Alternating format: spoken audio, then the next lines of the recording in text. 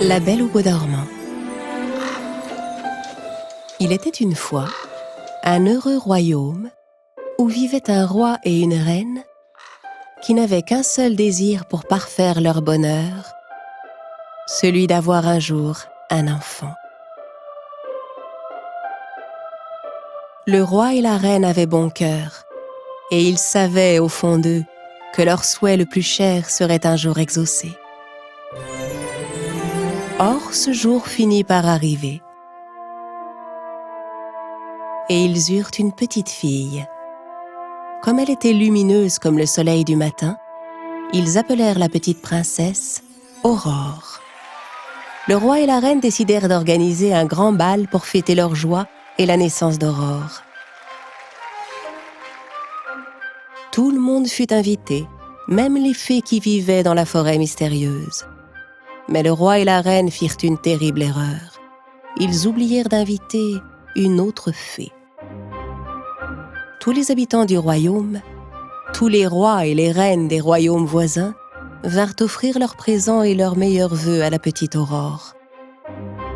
Puis ce fut au tour des 12 fées. Les fées firent de magnifiques présents à Aurore. Avec leurs baguettes magiques, elles offraient à l'enfant tout ce qu'on peut souhaiter dans le monde. À la fin, il ne restait plus que 3 fées qui venaient offrir leurs présents. Elles lui firent cadeau de dons merveilleux. Que toute la beauté du monde t'accompagne pour toujours, petite princesse. Jolie petite princesse, moi je t'offre la joie éternelle. Que jamais tu ne sois triste, mais que tu sois toujours la plus heureuse du monde.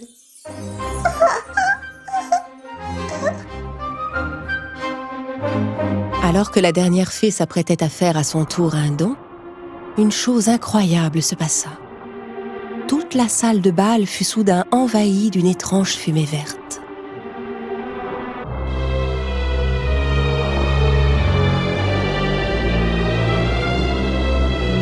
Et quand la fumée fut dissipée, la fée noire était là. Le roi demanda qui était cette fée qui venait troubler leur belle cérémonie. Mais les autres fées la reconnurent aussitôt. C'était la maléfique fée noire. Je vois que tout le monde a été invité. Tous les habitants du royaume, vos amis, les rois, les reines et les fées. Tout le monde sauf moi, malheureusement. Le roi s'excusa pour leur manque de politesse.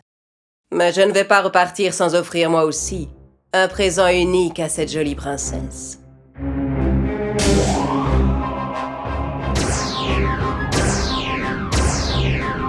La plus belle des princesses grandira dans la joie, l'amour et l'admiration de tous ceux qui l'entoureront. Mais le jour de son 16e anniversaire, avant le coucher du soleil, elle se piquera le doigt à la pointe d'un fuseau et en mourra. Emparez-vous de ce monstre! Ordonna le roi. Mais la fée noire disparut dans un rire diabolique.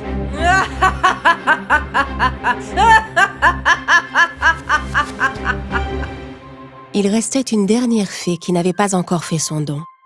Elle n'était pas assez puissante pour annuler le sortilège de la fée noire, mais elle fit un vœu qui pourrait au moins l'atténuer. Je ne peux annuler ce sort, mais je peux en changer l'issue. Tu ne mourras pas quand tu te piqueras, mais tu plongeras dans un profond sommeil dont seul un baiser d'amour pourra te réveiller. Et voici mon présent. Le roi, pour tenter d'échapper malgré tout au sortilège, ordonna que chaque aiguille, chaque fuseau ou quoi que ce soit qui puisse piquer le doigt soit saisi et brûlé dans la cour du château.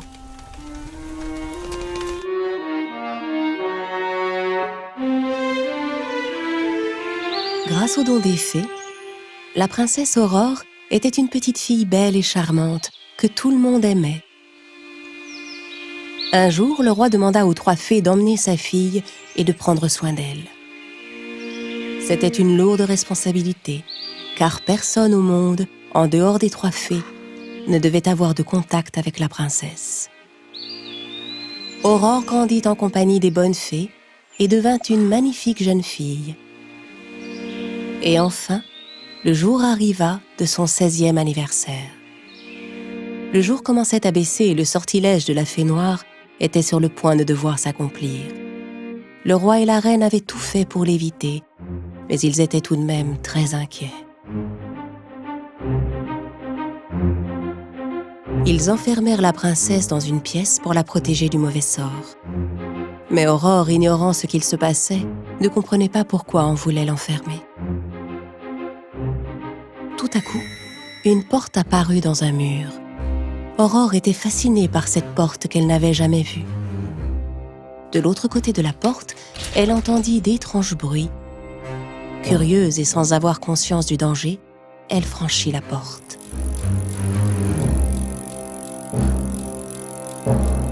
Elle arriva dans une pièce où elle vit une femme, le dos tourné, qui était occupée à coudre. Aurore, comme hypnotisée, s'avança vers le rouet.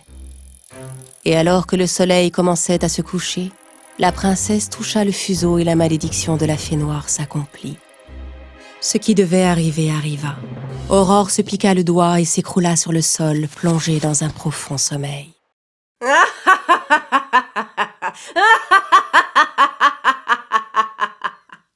Comme elle l'avait prédit, le sort de la fée noire s'accomplit aux dernières lueurs du 16e anniversaire d'Aurore.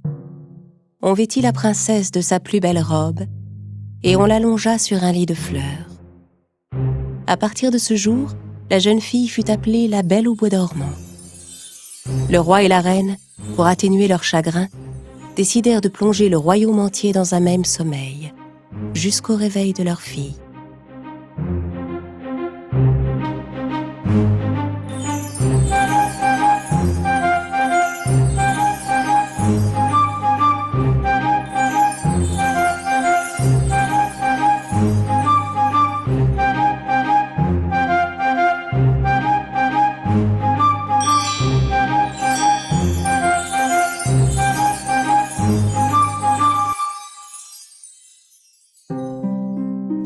Ans passèrent.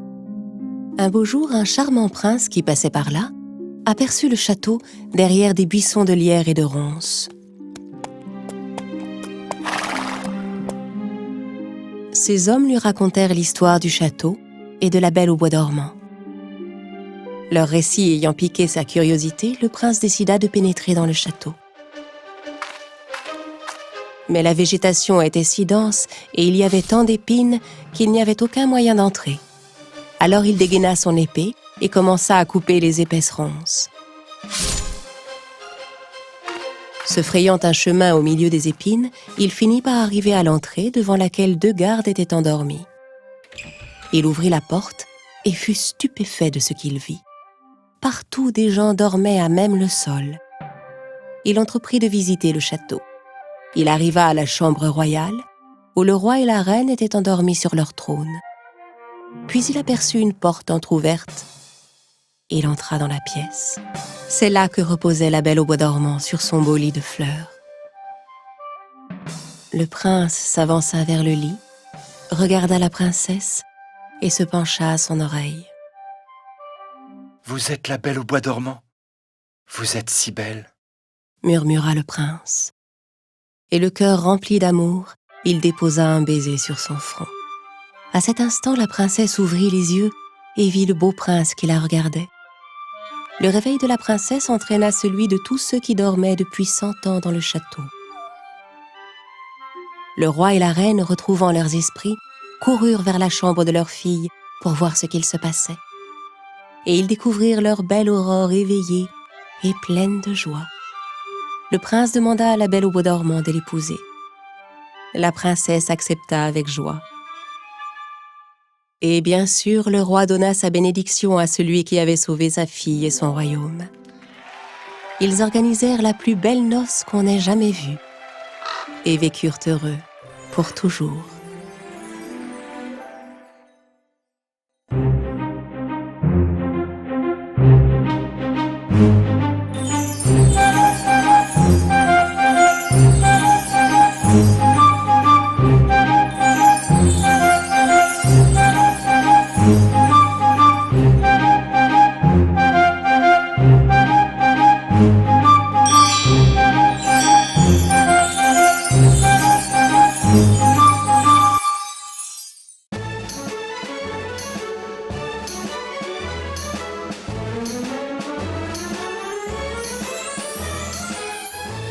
Il était une fois, dans un pays fort lointain, un jeune couple qui n'avait pas d'enfant et qui rêvait d'avoir une petite fille. Au bout de quelque temps, la jeune femme attendit un enfant. Un jour, alors qu'elle regardait par la fenêtre, elle vit de belles réponses qui poussaient dans le jardin d'à côté. À partir de cet instant, elle ne pensa plus qu'à une chose, manger une de ses salades. Je crois que je mourrai si je ne peux pas manger une de ces salades. La jeune femme n'avait plus d'appétit pour rien d'autre et commença à perdre du poids. Si bien que son mari, qui était de plus en plus inquiet pour elle, finit par lui promettre de lui en rapporter un beau bouquet. Ne t'inquiète pas, ma chérie. Je vais aller t'en cueillir, d'accord? Mais enfin, c'est beaucoup trop dangereux, tu le sais. La maison voisine appartenait à une terrible sorcière, et le jardin était entouré de hauts murs que personne n'osait franchir. Le mari rassembla tout son courage et escalada le mur. Puis il sauta dans le jardin et cueillit une poignée de réponses.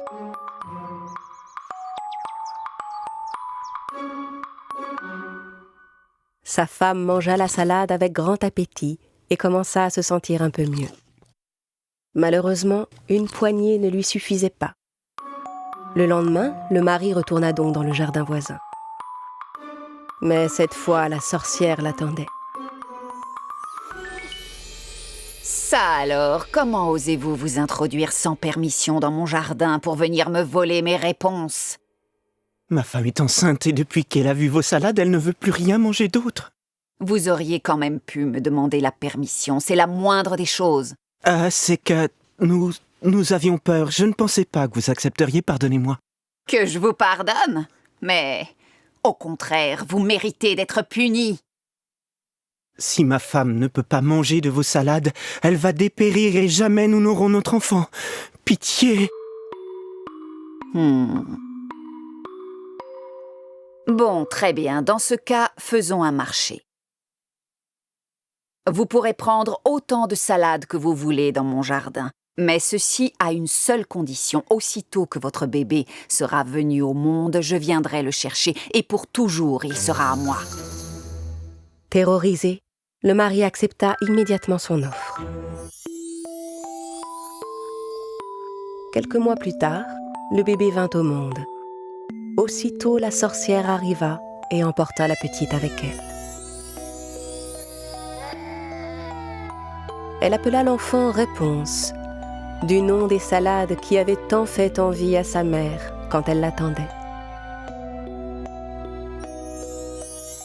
La sorcière prit grand soin de la fillette.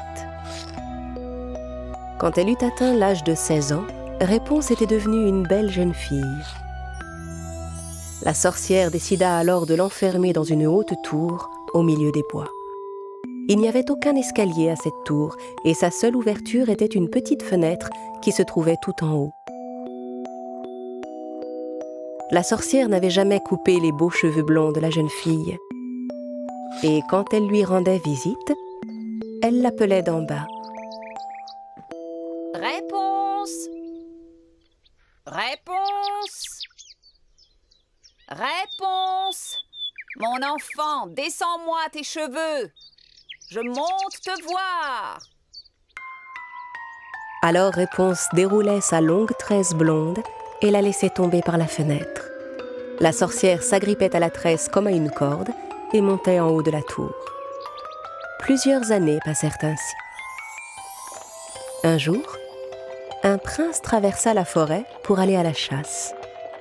Passant non loin de la tour, il entendit la voix de Réponse résonner dans les bois. Cette voix est merveilleuse, se dit-il. Et il continua son chemin en direction de la voix. Arrivé au pied de la tour où vivait Réponse, il regarda de tous côtés, mais ne trouva ni escalier ni aucun moyen d'entrer.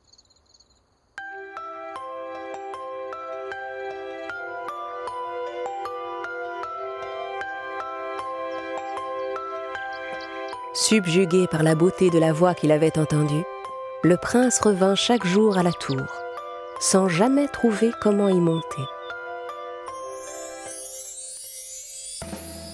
Un soir, alors qu'il s'approchait de la tour, il aperçut la sorcière qui attendait en bas. Réponse! Réponse! Réponse! Mon enfant, descends-moi tes cheveux. Je monte te voir.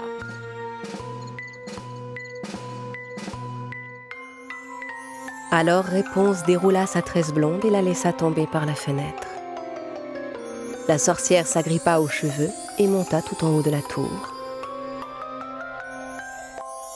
Le lendemain, à la tombée de la nuit, le prince revint à la tour et, changeant sa voix, « Réponse! Réponse! Réponse, mon enfant, descends-moi tes cheveux. Je monte te voir. »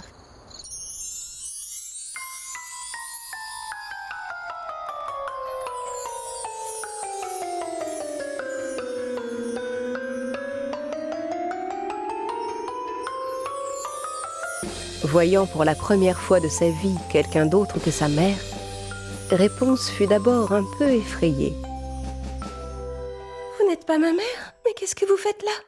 Vous n'avez aucune raison d'avoir peur. Je vous ai entendu chanter. Je suis tombé amoureux de votre voix. Je voulais simplement savoir à qui cette jolie voix appartenait. La jeune fille, touchée par les paroles du prince, fut aussitôt rassurée. Chaque soir, le prince revenait voir Réponse, sans que la sorcière s'en aperçoive. Et un beau jour, il lui fit enfin sa demande. Réponse, voulez-vous m'épouser? Réponse accepta avec joie la demande de son beau prétendant.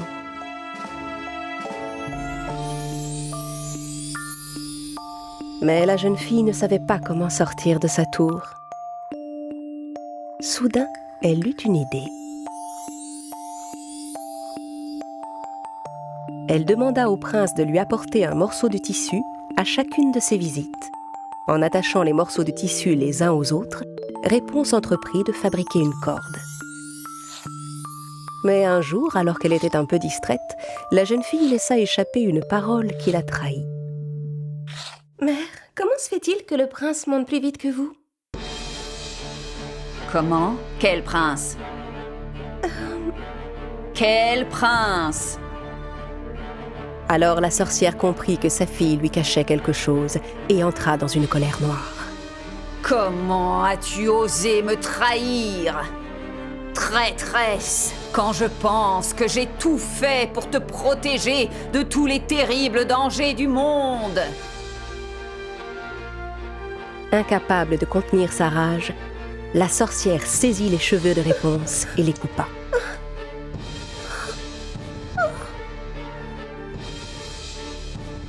Puis elle envoya la jeune fille seule dans un désert lointain. Ce soir-là, la sorcière attendit en haut de la tour que le prince arrive. Au bout d'un instant, elle entendit le jeune homme appeler d'en bas. « Réponse! Réponse, descends-moi tes cheveux! C'est moi, ton prince! » La sorcière fit descendre la tresse qu'elle avait coupée le long du mur. Ignorant ce qui l'attendait, le prince commença à grimper. Arrivé en haut, voyant la sorcière à la place de Réponse, il comprit qu'un malheur était arrivé. La terrible femme se précipita vers lui, si bien qu'il trébucha et perdit l'équilibre.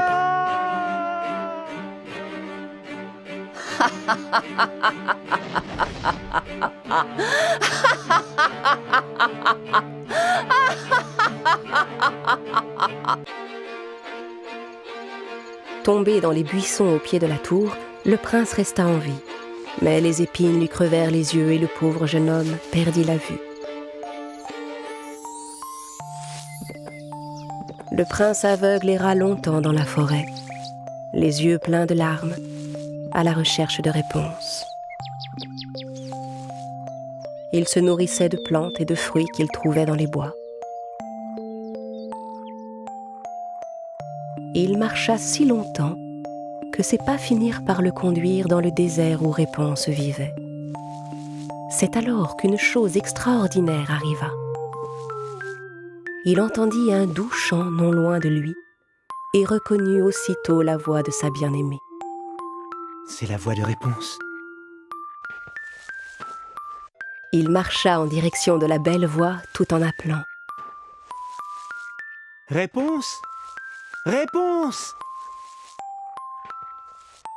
Réponse! La jeune fille reconnut elle aussi la voix de son prince.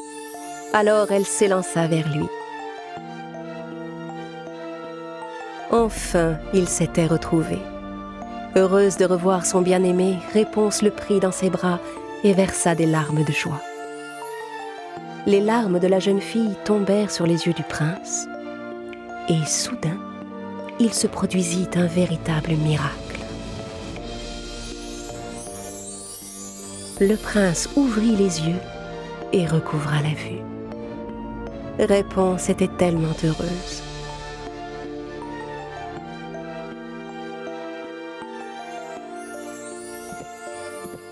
Ensemble, ils se rendirent au royaume du prince, où tout le monde les accueillit avec joie.